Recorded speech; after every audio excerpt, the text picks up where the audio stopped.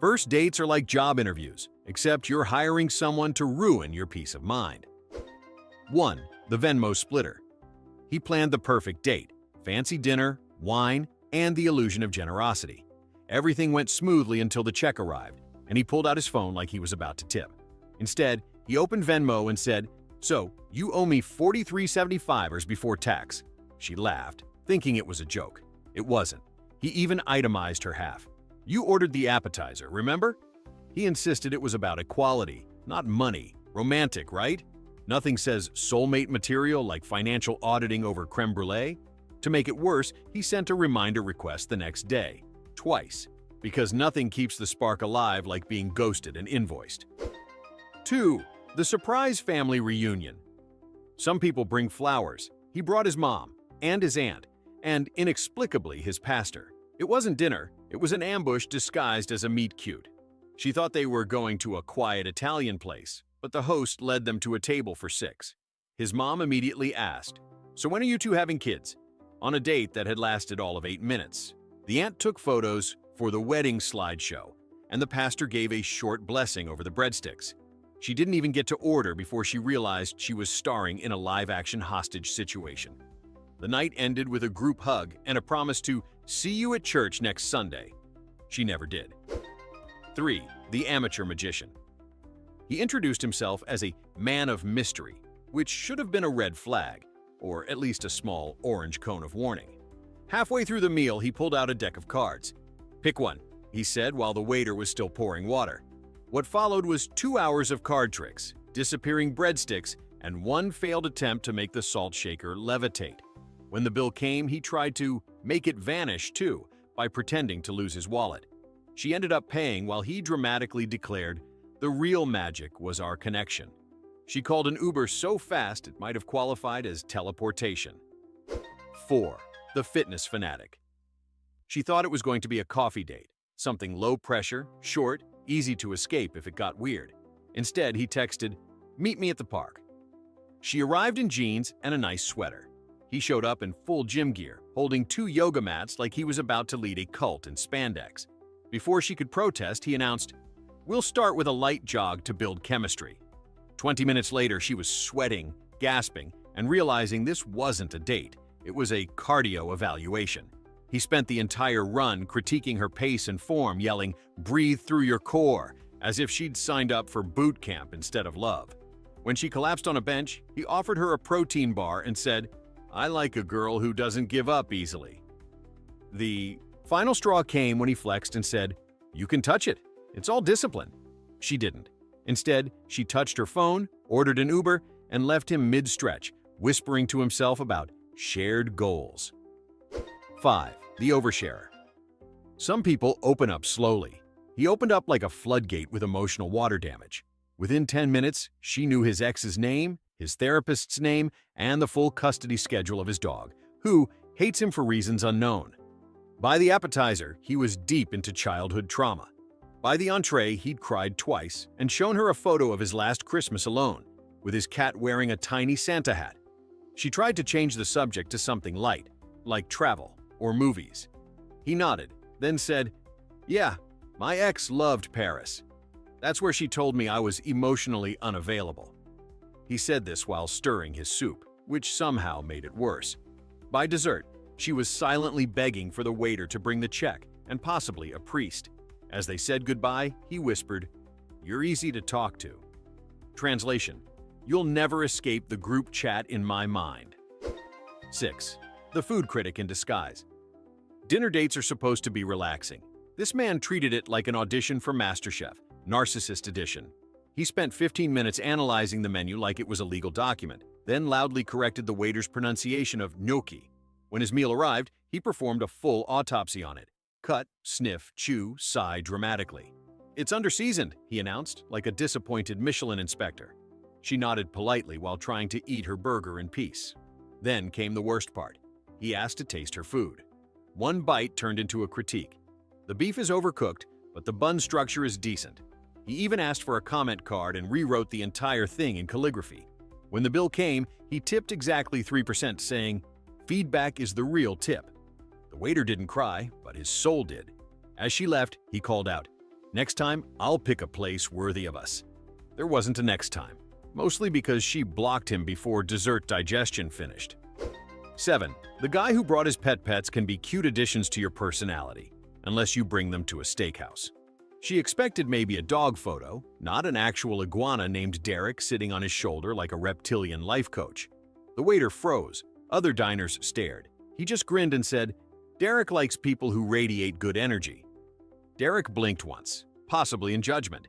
He fed it lettuce during the meal, then proudly announced that Derek had emotional support privileges. Halfway through dinner, Derek escaped and sprinted under another couple's table, causing a chain reaction of screams and dropped forks. He didn't apologize. He just said, he's exploring his truth. The manager politely asked them to leave, and he responded, "Discrimination against reptiles is real." Outside, he offered to walk her home, but she said, "I think Derek needs some alone time." It was the first breakup in history involving an unpaid salad and a lizard with better social skills than its owner. 8. The Ghost Hunter.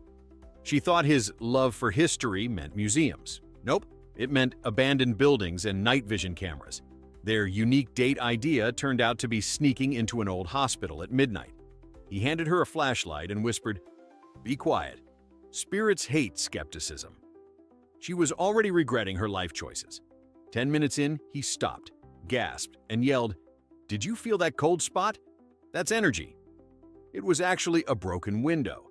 He spent the next hour asking the air questions like, "Is there anyone here who died tragically?" And, "Would you like to communicate through my Tinder match?" She humored him until a pigeon flew out of the dark, making him scream like a haunted flute. He grabbed her arm and shouted, "They're angry!" No, the pigeon was just hungry. When they finally left, he looked disappointed and said, "They didn't like you." She smiled. "Same," she replied, and vanished faster than any ghost he'd ever imagined. 9. The guy who forgot his wallet. The oldest trick in the cheapskate handbook. Everything was perfect. Charming conversation, good food, even shared dessert. Then came the check. He patted his pockets dramatically, like a man who just discovered the concept of fabric. "Oh no," he said, eyes wide with faux shock. "I must have left my wallet in my other pants." Classic. She waited, giving him one last chance to admit the obvious. He didn't. So she paid, smiling like a saint holding back judgment. On the way out, he said, "I'll Venmo you later," which of course he never did. The twist? 2 days later, she saw him on Instagram posting a photo captioned, "Treating myself after a great date." Same restaurant, same seat, solo. Turns out he didn't forget his wallet, just his dignity, and maybe the definition of first impressions. 10. The guy who brought his ex's energy. It started fine. He was handsome, funny, and weirdly obsessed with 2016. Every story began with, "My ex and I used to," as if he was narrating a memoir nobody asked for. She tried to steer the conversation elsewhere, but he kept circling back like a broken GPS of heartbreak. At one point, he sighed and said, "You remind me so much of her, but less emotionally reckless." Compliment? Insult? A new low in modern romance? Hard to tell. The night hit rock bottom when he pulled out his phone to show vacation photos. Not from trips they could take, but from better days with his ex. The final straw? He accidentally called her by the wrong name, then said, "That's actually a good thing. It means I'm healing." She paid for her drink, wished him luck with his therapy, and left him alone with his nostalgia and a very confused bartender who whispered, "Bro, not again." 11. The guy who turned it into a job interview. She was expecting sparks, not an interrogation. From the moment she sat down, he opened a notebook. Yes, a notebook, and said, "I just like to stay organized." His first question, "Where do you see yourself in 5 years?" She laughed. He didn't. He nodded, scribbled notes, and said, "Ambitious. I like that." He asked about her strengths, weaknesses, and her teamwork philosophy. The waiter came by to take their order, and he asked him about leadership skills. When dessert arrived, he leaned in and said, "So, why should I choose you?" That was the moment she realized she wasn't on a date. She was on The Bachelor LinkedIn edition. She thanked him for his time, stood up, and said, "Unfortunately, I'll be pursuing other opportunities." Somewhere out there, he's still updating his spreadsheet of rejected applicants. 12. The guy who tried to be a comedian. He said, "I love making people laugh," which should have been charming. It wasn't. Within minutes, she realized she was trapped in a 2-hour unpaid stand-up show titled, "Man Misunderstands Timing." Every sentence he said ended with him looking for approval, like a Labrador waiting for a treat. He made jokes about the menu, the waiter's mustache, even the restaurant lighting. At one point, he fake proposed with a breadstick to break the ice. She laughed once, mostly out of fear. Then he launched into impressions, his boss, his mom, and somehow, God. By dessert, she wasn't sure if she was tired or spiritually deceased. As they left, he asked, "So, do you think I should go pro?" She smiled and said, "Definitely. The further away you go, the better." He laughed, not realizing that was her first real joke of the night. 13. The amateur philosopher. You know the type. Owns one turtleneck, quotes Nietzsche after one glass of wine. He opened the date by saying, "I don't believe in small talk, only existential truth." Within 5 minutes, he'd declared love a societal illusion, life a temporary simulation, and dinner an act of capitalist conformity. She just wanted tacos. Instead, she got a TED Talk from a guy who probably failed Intro to Ethics twice. He refused to use utensils because they symbolize separation between man and meal. When she asked what he did for work, he smirked and said, "Work is a construct." Translation: unemployed. The night ended with him gazing dramatically into space, saying, "We didn't meet by accident. Our souls collided." She nodded, paid her half, and left him philosophizing about the bill. Somewhere, he's still at that restaurant, wondering if tipping is also a construct. 14. The guy who brought his friend. She arrived expecting one man. She got two, him and Kyle. No explanation, just vibes. Apparently, Kyle didn't have plans and tagged along to see how things went. It was less of a date and more of a live audience.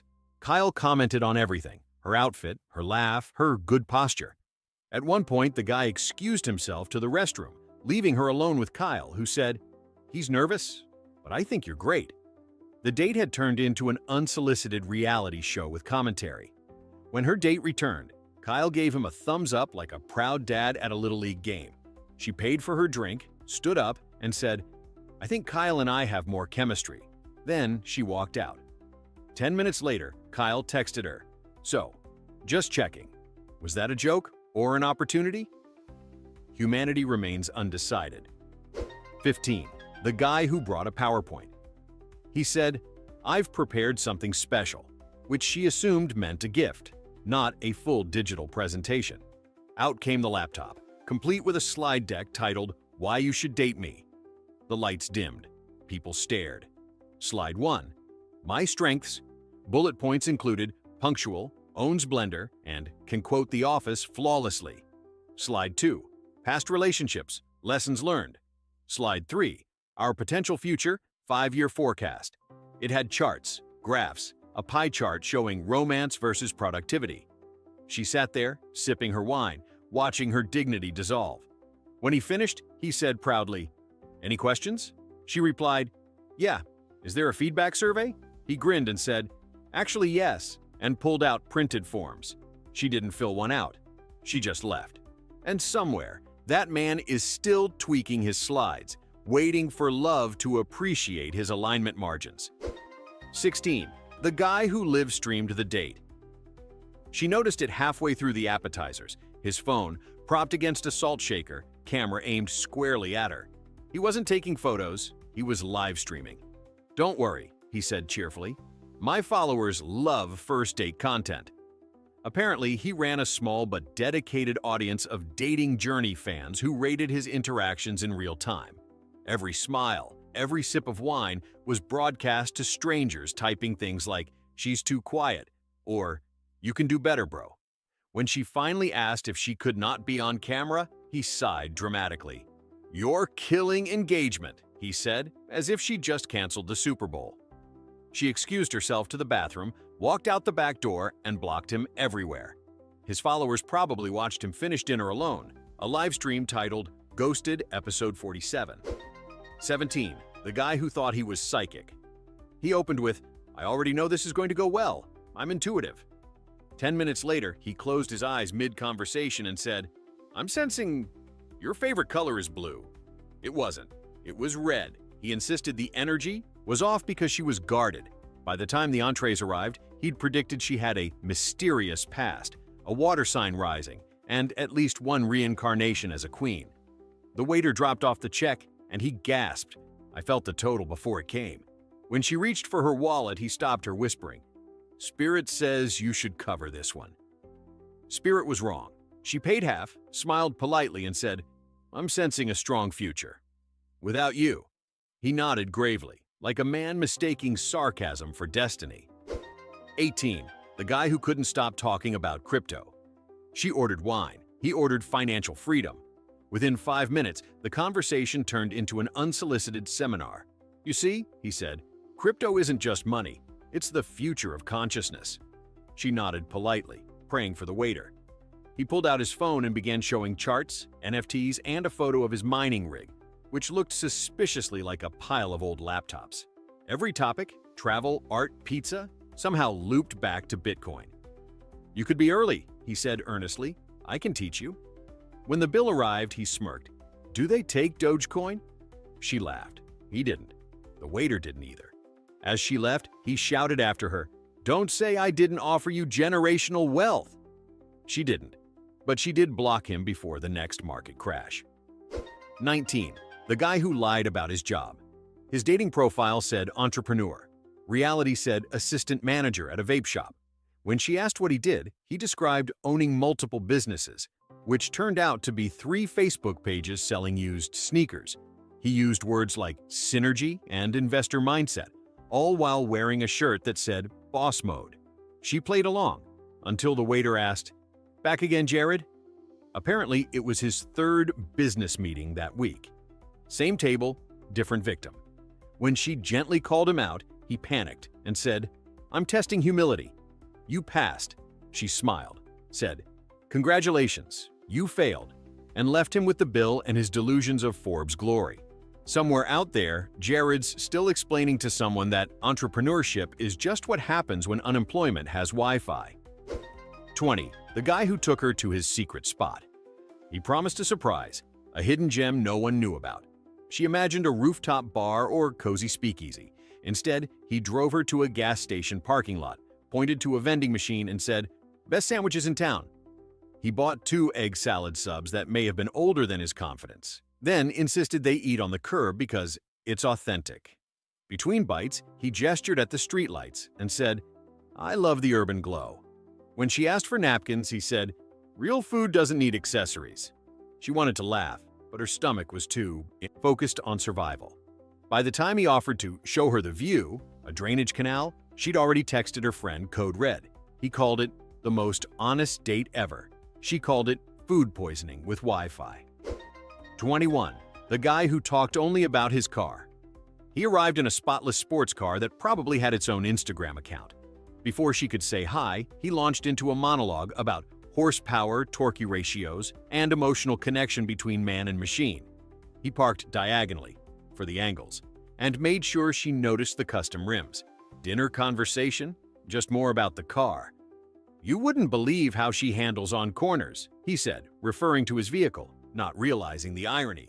When she tried changing the topic to movies, he said, "Fast and Furious changed my life." The check came. He offered her a ride home but warned, "No food in the car." She declined and took a cab, where the driver talked less, drove better, and didn't compare his steering wheel to an extension of his soul. 22. The guy who turned it into therapy. She expected small talk. He showed up emotionally bleeding. Before the appetizers arrived, he'd already confessed to trust issues, unresolved father trauma, and chronic attachment anxiety. He used phrases like inner child and shadow work between bites of calamari. At one point, he asked, "Do you think I self-sabotage?" She was mid-sip and said, "Definitely," just to end the sentence. He nodded solemnly, whispered, "You see me?" and nearly cried. When she excused herself to the restroom, he texted, "I feel abandoned." By the time she returned, he was deep into a spoken word rant about healing. She left him with the check and a gentle reminder that therapy costs money for a reason. Somewhere out there, he's still journaling about the woman who triggered his growth. 23. The guy who tried to order for her nothing says confidence, like controlling someone else's dinner. From the start, he waved off her menu with a dramatic, "I've got this." When the waiter arrived, he ordered for both of us. 2 steaks, medium rare, and wine she didn't drink. When she gently said she preferred chicken, he smirked, "Trust me, you'll thank me later." She didn't. Every comment oozed paternal energy, like he was auditioning for the role of 1950s husband in training. When the food arrived, he cut her steak for her. Yes, cut it, saying, "I just like to take care of my lady." She stared at him, fork frozen midair, deciding whether to stab or leave. When the check came, he proudly said, "A real man always pays," which almost redeemed him, until he asked if she'd Venmo him for the tip. That's when she realized chivalry wasn't dead. It just had a Wi-Fi connection. 24. The guy who made it a group date. Accidentally, he said, "Let's grab a casual drink," which she assumed meant 2 people. She arrived to find 6 of his friends already seated, cheering like she just entered a sports bar reality show. They high-fived him for bringing her, like she was a prize from a claw machine. Every time she tried to talk, someone interrupted with, "Classic Mark move!" They ordered rounds of shots, retold inside jokes she couldn't possibly understand, and quizzed her on her intentions. It was less a date, more an interrogation hosted by frat ghosts. When she tried to leave, they booed, genuinely booed. He yelled, "Wait, they like you," as if that were a reason to stay. She didn't. The next day he texted, "My friend said you're mysterious." Translation: They noticed you running for the exit. 25. The guy who used coupons. There's being frugal, and then there's bringing a 3-inch binder labeled savings. He flipped through it like a magician revealing his next trick. 2 for 1 entrees, he announced triumphantly, ignoring her quiet horror. The waiter blinked, unsure if this was performance art or poverty cosplay. He explained his system: stack discounts, demand price matches, then photographed the receipt for cashback apps. When she offered to pay half, he said, "No, that'll ruin my cashback ratio." Halfway through dinner, he proudly said, "You're lucky. This one expires tonight." By dessert, she was praying for a power outage to end the torture. When the bill came, he spent 10 minutes arguing over tax calculations. The waiter finally said, "Sir, it's $3. He grinned. "Exactly. That's how they get you." She left the restaurant saving 100% on her time, by never seeing him again. 26. The guy who tried to show off his dog. He talked about his dog nonstop, how smart she was, how well she listened, how they shared a spiritual bond. Cute, she thought, until he brought the dog on the date. It wasn't a walk in the park, it was dinner. The golden retriever sat between them like a silent chaperone. He ordered the dog a steak, rare, and talked to her more than to his date. "She gets jealous easily," he said, petting the dog while ignoring his companion. When the dog barked, he translated, "She likes you." The dog looked unconvinced. The final straw? He asked if she'd watch the dog next weekend, if this goes well. She replied, "It's not going well." As she left, the dog whined, probably because even she knew he blew it. Somewhere, that dog deserves a better co-owner. 27. The guy who overplanned everything. Romance thrives on spontaneity, unless you're dating a man with a color-coded itinerary. He emailed her the schedule 24 hours before. Meet 6:45, laugh 6:52, 6:58, order drinks 7:02. He even built in casual eye contact, 1 minute max. When she laughed, he said, "I like structure. Chaos kills chemistry." Dinner felt like attending a corporate retreat run by a robot. He timed their meal breaks, ranked conversation topics, and referred to their compatibility as statistically promising. The real kicker: after dinner, he presented a spreadsheet titled Date Feedback Metrics, complete with categories like humor efficiency and menu decisiveness. He gave himself a 9.3. She gave him an exit cue at 8:01 sharp, ahead of schedule. Later, he probably filed it under loss prevention. 28. The guy who brought his guitar. He said he was a musician, which can mean many things, but apparently it meant he never travels without his guitar. He showed up with a full acoustic strapped to his back like a medieval bard. They sat down, and within minutes, he started tuning. "This song is about connection," he said before the first bite arrived. Restaurant patrons turned. He strummed, sang off-key, and made direct eye contact with her during lyrics like, "You smell like destiny."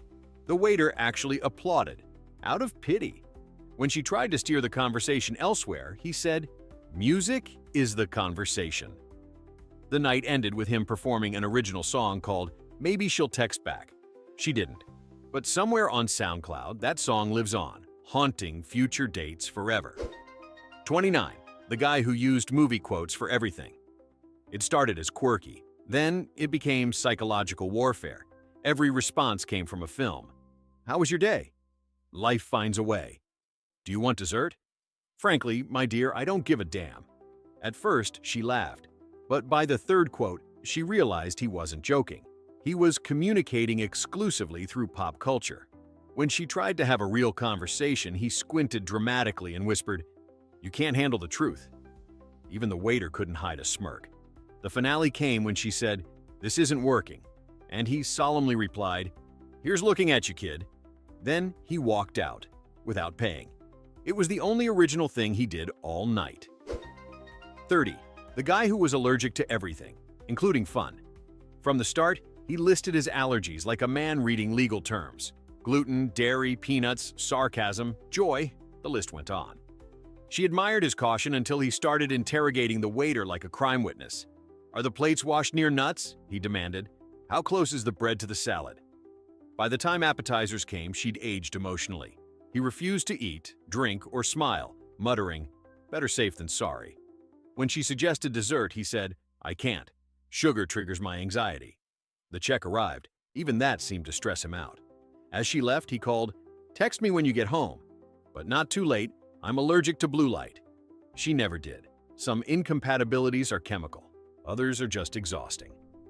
31. The guy who treated it like a science experiment. He showed up with a notebook, a stopwatch, and a disturbing sense of purpose. "I'm doing a personal study," he said, "testing human chemistry under controlled conditions." She laughed. Unfortunately, he didn't. He explained that he'd been running data-driven dates to find the statistically optimal partner. Every few minutes, he jotted down notes like "laughed at pun," "fake," and "eye contact," 3.2 seconds. Promising. When she joked about being his lab rat, he nodded seriously and said, "Technically, yes." Midway through dinner, he pulled out a small device, a heart rate monitor. "I just want to measure mutual excitement," he said, strapping it to his wrist. Hers stayed at mild irritation. The experiment concluded when he asked if he could collect a hair sample for pheromone comparison. She ended the trial early, citing irreversible loss of attraction. Somewhere, he's still graphing loneliness against candlelight. 32. The guy who showed up late, by 3 hours. When he texted, "running a bit behind," she assumed he meant traffic. He meant prehistoric delay. 3 hours later, he strolled in, unapologetic, holding a smoothie. "Sorry, I got lost in thought," he said, like that excused it. The waiter had already cleared her lonely coffee 3 times. When he finally sat down, he acted like nothing happened. "I'm very present," he assured her, ironically, after being completely absent all evening. She decided to give him 15 minutes to redeem himself. He spent 10 explaining how time was a social construct, then 5 complaining about his energy not aligning with clocks. When she stood up to leave, he said, "Wow, walking away. Very linear of you." She left the restaurant laughing, grateful he'd wasted time so efficiently. The next day he texted, "Let's reschedule?" She replied, "Maybe in another timeline." 33. The guy who thought he was a detective. From the moment they sat down, he started asking questions like an FBI agent in love's least urgent case. "What's your middle name? Where were you at 3 p.m. today? Who's your emergency contact?"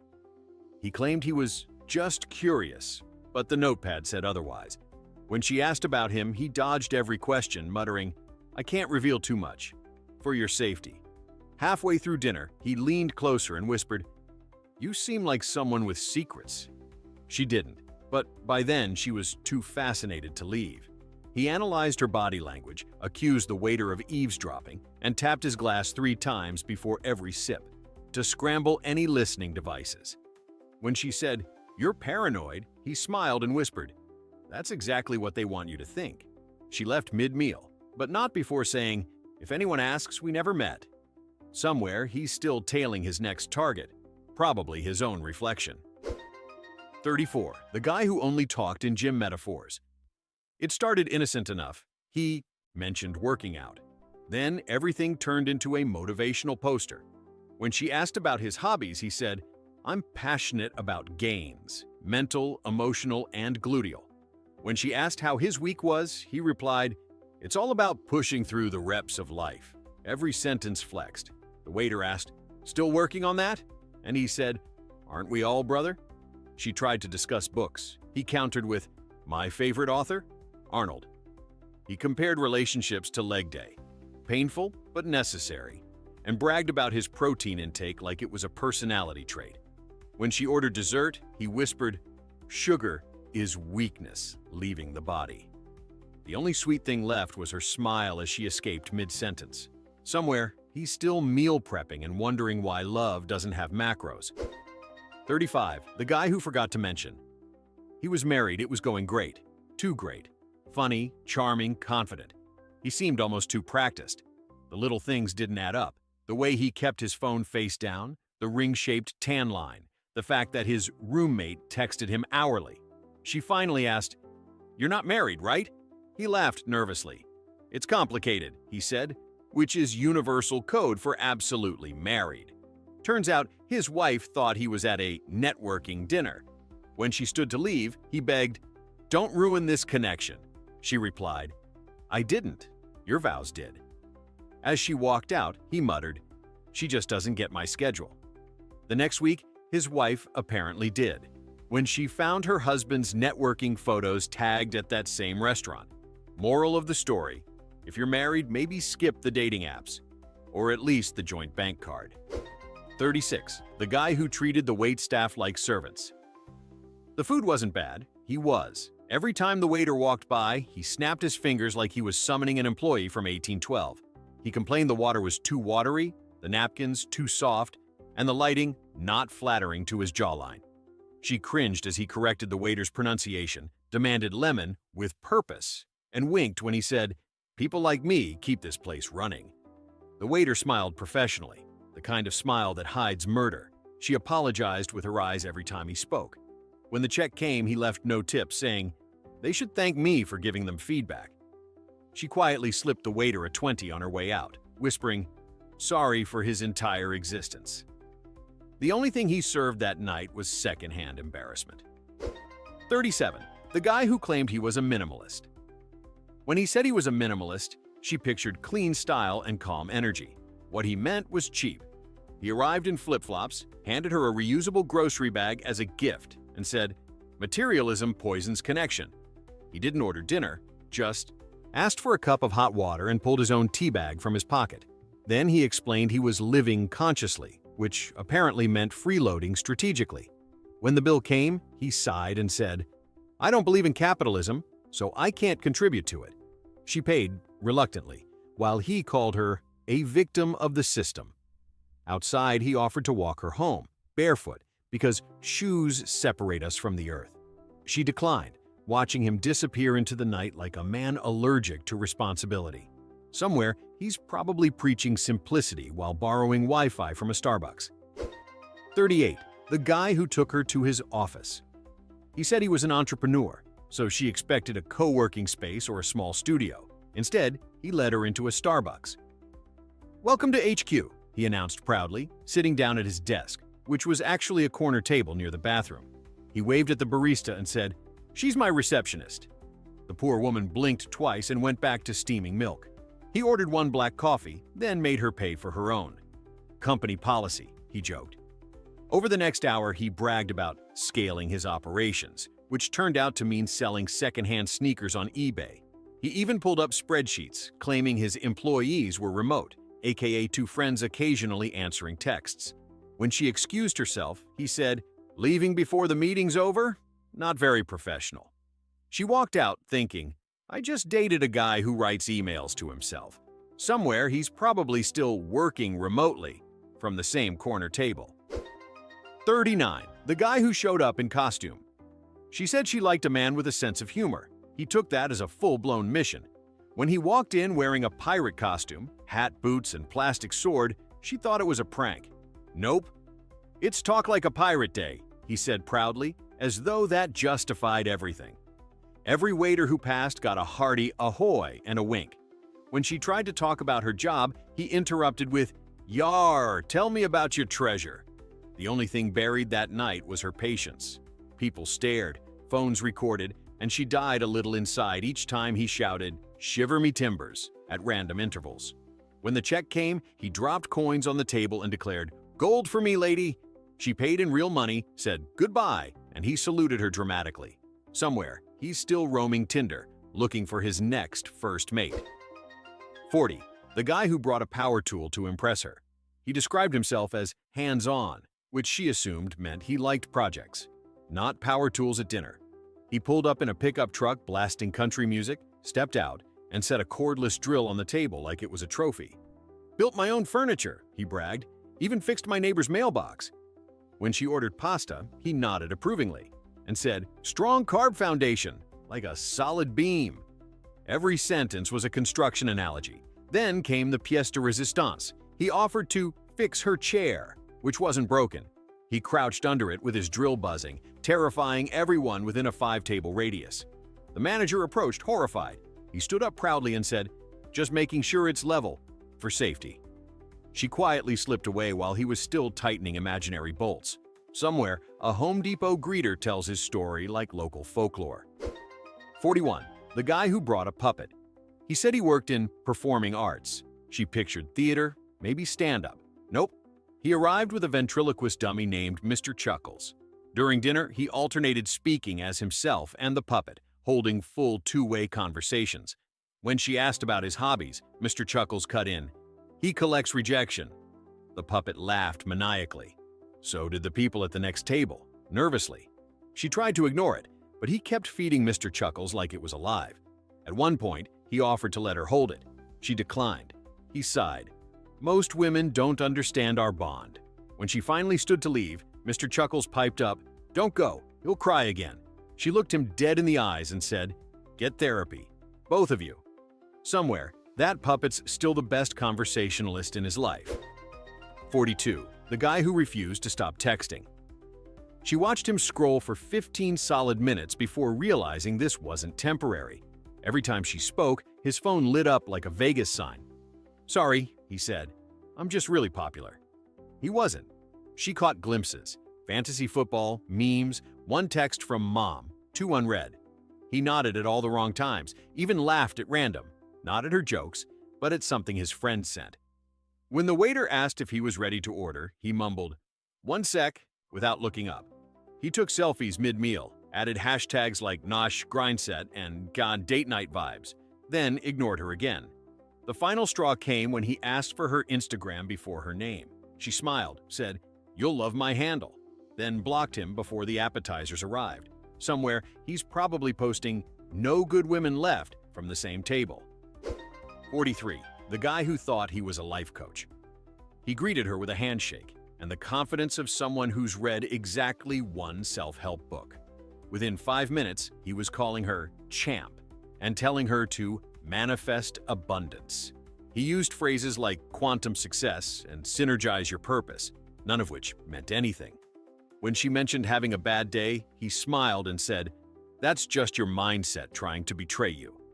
He leaned back, pointed both thumbs at himself, and said, "I help people unlock their potential." She asked what his credentials were. He replied, "Experience and vibes." He tried to upsell her on his $99 personal growth session, claiming couples got a discount. The irony? He lived with his parents and drove her there in their minivan. When the check came, he said, "I believe in investing in yourself," then didn't pay. She smiled sweetly and said, "I'm investing in boundaries." Somewhere, he's probably still giving unsolicited advice to anyone too polite to walk away. 44. The guy who brought his gaming console. He said he didn't like to be away from his passions, but she didn't expect him to pull a full PlayStation out of his backpack. He asked for a table near an outlet, plugged it in, and started setting up Call of Duty. "We'll order after this round," he said, headset on, yelling at 12-year-olds online. She tried making conversation, but he shushed her. "I'm in the zone." Other diners stared. When the waiter asked what they wanted to eat, he said, "XP." After an hour of pixel warfare, he turned to her and said, "I think we're bonding." She replied, "You and the console, maybe." He shrugged, handed her a controller, and said, "Second player?" She declined and quietly rage quit the date. Somewhere, he's still shouting into a lobby, wondering why real life doesn't respawn. 45. The guy who insisted on a digital detox. She thought it sounded refreshing. No phones, no distractions. But it quickly turned cultish. He confiscated her phone at the table, saying, "Technology is poison." He then pulled out his phone to take a photo of their freedom. He lectured her about mindfulness while checking his smartwatch every 2 minutes. "This is about connection," he said mid-scroll. When she pointed out the hypocrisy, he sighed. "I'm documenting the moment." He then launched into a rant about people being slaves to screens, right as he answered a call from his mom. She asked for her phone back. He refused, saying, "You're detoxing beautifully." So she stood, took it from his pocket, and said, "Congratulations, you're now disconnected." Somewhere, he's probably live tweeting about modern dating problems. 46. The guy who treated the waiter like his therapist. She knew it was doomed the moment he said, "I'm just going to be real tonight." He spent the entire meal trauma dumping, not on her, but on the poor waiter. Every refill came with confessions. "She left me for a barista, man." "Do you think I'm too sensitive?" The waiter nodded, earning his psychology degree on the spot. She sat silently while the two bonded over heartbreak and table etiquette. When the check came, her date looked at the waiter and said, "Split it? You've been with me through everything." The waiter laughed nervously. She didn't. As they left, he whispered, "I think he really gets me." She said, "You should marry him." Somewhere, that waiter still twitches when he hears the words, "emotional journey." 47. The guy who kept calling his mom. She thought it was sweet, at first. Then he called his mom 3 times before the appetizers.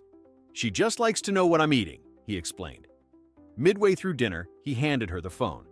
"Say hi. She wants to meet you." The mom asked about her job, her background, her intentions. He smiled proudly, like a child showing off his new toy. When the bill came, he asked his mom whether he should pay or go Dutch. She heard her say, "Split it. She sounds independent." He obeyed. As they left, he called again to report how it went. She waved goodbye to both of them and promised to stay in touch. She didn't. Somewhere, he's probably still texting her mom for closure. 48. The guy who proposed on the first date. He brought flowers, candles, and an energy that screamed too soon. By dessert, he was already calling her babe. Then, with zero warning, he got down on one knee in a crowded restaurant, holding a plastic ring from a vending machine. The entire room froze. Someone clapped. She whispered, "You don't even know my last name." He smiled and said, "That's just a technicality." She politely declined while he argued, "But we have chemistry." She left him kneeling beside a melting candle, still explaining that love at first sight is science. Somewhere there's security footage of the most efficient rejection in dating history. Love is blind, but first dates? They're just red flags wearing cologne. So, which disaster wins your vote?